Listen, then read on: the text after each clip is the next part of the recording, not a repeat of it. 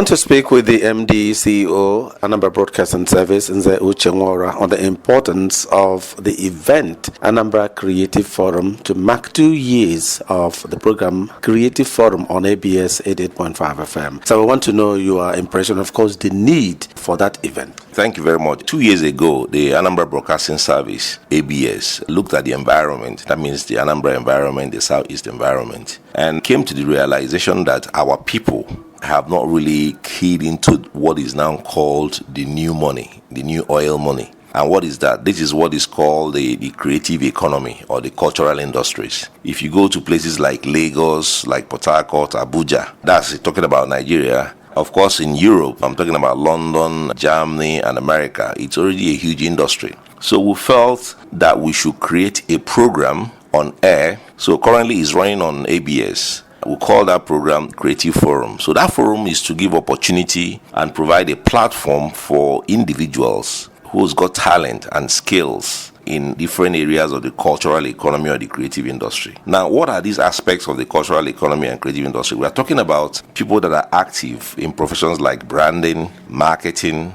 advertising, public relations. You also have authors, writers, journalists, comedians, and people in the entertainment industry, people that are in music, people that are dancers, people that are into ICT, information communication technology. The way the world is moving today, the economies of the world is moving away from bricks and mortar. Bricks and mortar is like where you have factories and have people go and work in factories. It's now gone into a knowledge economy. That means people with ideas and knowledge, they are now the people that are driving the great economies of the world. I was just reading on the internet this week that the top 5 companies in the world, like Microsoft, Apple, Amazon.com, these are the companies now, the top 5 companies in the world are now ICT firms. So you can see, unlike in the past where you had big corporations like Shell, ExxonMobil, and Chevron, they were dominating that top 5 list. But now you can see that the table is turning. So we feel like we use the Creative Forum to begin to draw the attention of our people to what is happening out there in the world.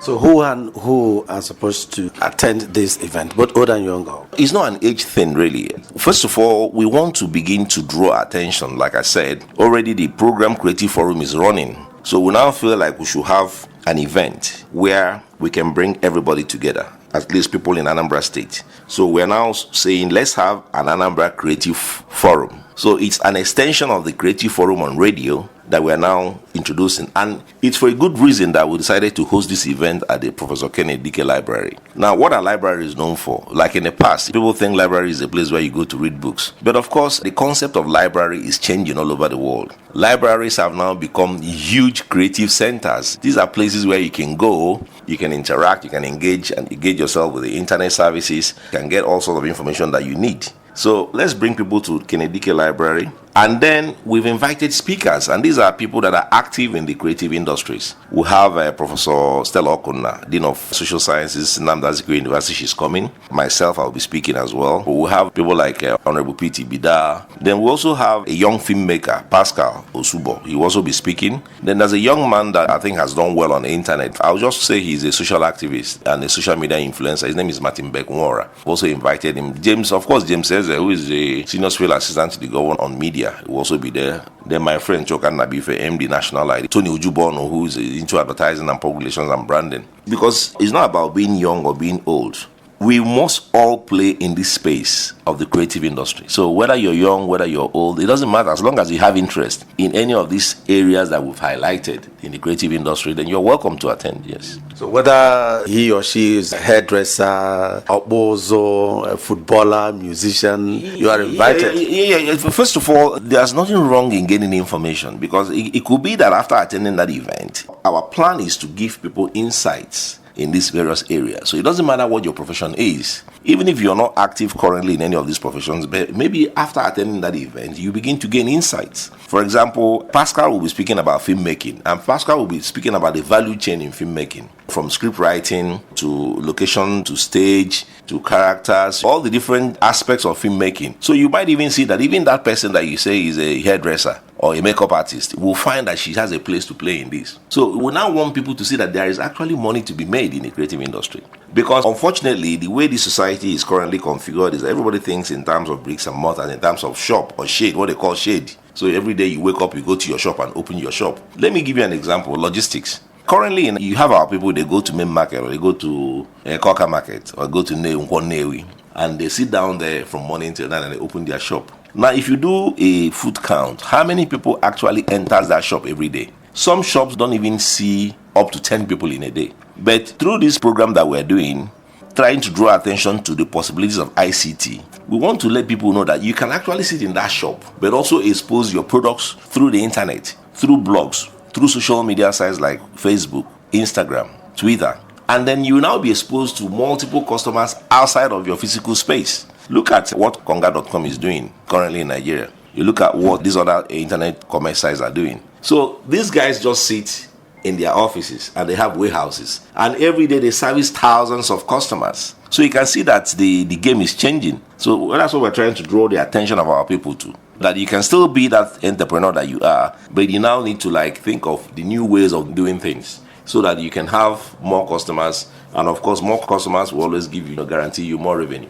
Even though you will speak that day, give us a piece of the action. Now, a lot of people, the youth, are very, very creative. That's right. Now, what do you tell the parents that find it difficult to direct their children who tilt towards creativity? Thankfully, this forum, we're going to stream it live via our Facebook page. That's Anambra Broadcasting Service Facebook page for anybody that cannot physically attend that event. Now, in terms of what parents can do for their children, I think the basic thing now is anybody that can should be able to afford a smartphone for their children. Smartphones are no longer luxury items because those phones have a lot of possibilities. I can tell you that there are people that I know personally that they just make money through their smartphones and people don't understand how. There are bloggers that make money through the smartphones. All they do is they collect stories and then update those stories and then publish to their waiting audience online. And the more people read and like and share, the more they get income from Google AdSense. So these are all the possibilities. So parents, I will keep saying, back in our day, if you had indicated interest that you wanted to go into music, as you remember, your parents they will spank the hell out of you. But of course, the world is changing now because these days everybody has about whiskey, everybody has about the band and all that. That's because there is now so much money. That's also an aspect of creative industry. So things are changing. So what I would say to parents is, yes, your children could still become doctors. Look at Dr. Sid. He's a veterinary surgeon or veterinary doctor. And he sings. Turned musician. Turned musician. So what I'm saying now is, some of these guys that are doing big things in music and entertainment in Nigeria, they're all graduates. And many of them also, some studied engineering, some studied banking and finance and all that. We've heard about bankers leaving banking to go into music because it's now the game, it's lucrative. And again, the thing about music now is, Nigeria has now developed the value chain of music. Music now, there's money to be made in music marketing, music branding, music blogging, music fashion and all that. So there's a whole lot of things to be done within that space. So I would just say parents should keep an open mind and allow their children to, just express themselves freely. So encourage them to attend this event. If they cannot attend physically, they can also log on to our Facebook page, Anambra Broadcasting Service, and then the program will be streamed live. And of course, if you notice that at the inception of his administration, the governor, His Excellency Chief Willie Obiano, had outlined his 4 economic blueprints. And that has been encapsulated and captured in the 4 pillars. So what are the 4 pillars? Agriculture, trade and commerce, oil and gas, and industrialization. Now, sometime in 2015, it was realized that based on what is now happening globally, His Excellency at the ESCO retreat said that there's a 5th pillar that has now been added to this. And what is that 5th pillar? Logistics. And why did he do that? Yes, because Amazon.com is one of the biggest companies in the world. Amazon does not have any physical location or any shop where people can go into. They trade online. So the governor has now seen that our people are majorly traders. Go to Onitsha main market, go to Nnewi, come to Ekoka. So the governor has added logistics to this. And what that means now, governor also expects that logistics, that's the supply chain management, should be able to also help Anambra State to drive forward economically. Okay, do you know what some of these online retail chains do? You know what they do? They don't even buy these products. They just set up the online platform.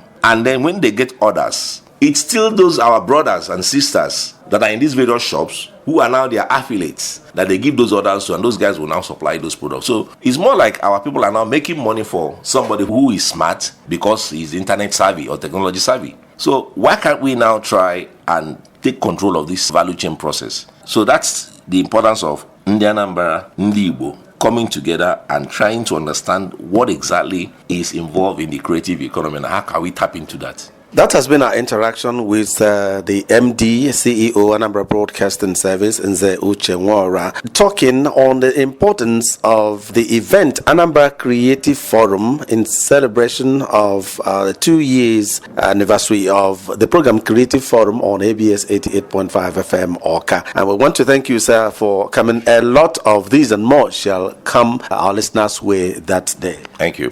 And you are welcome at Professor Kenneth Dike Library, where the event will take place beside ABS. Thank you again, sir. Thank you very much, NZE.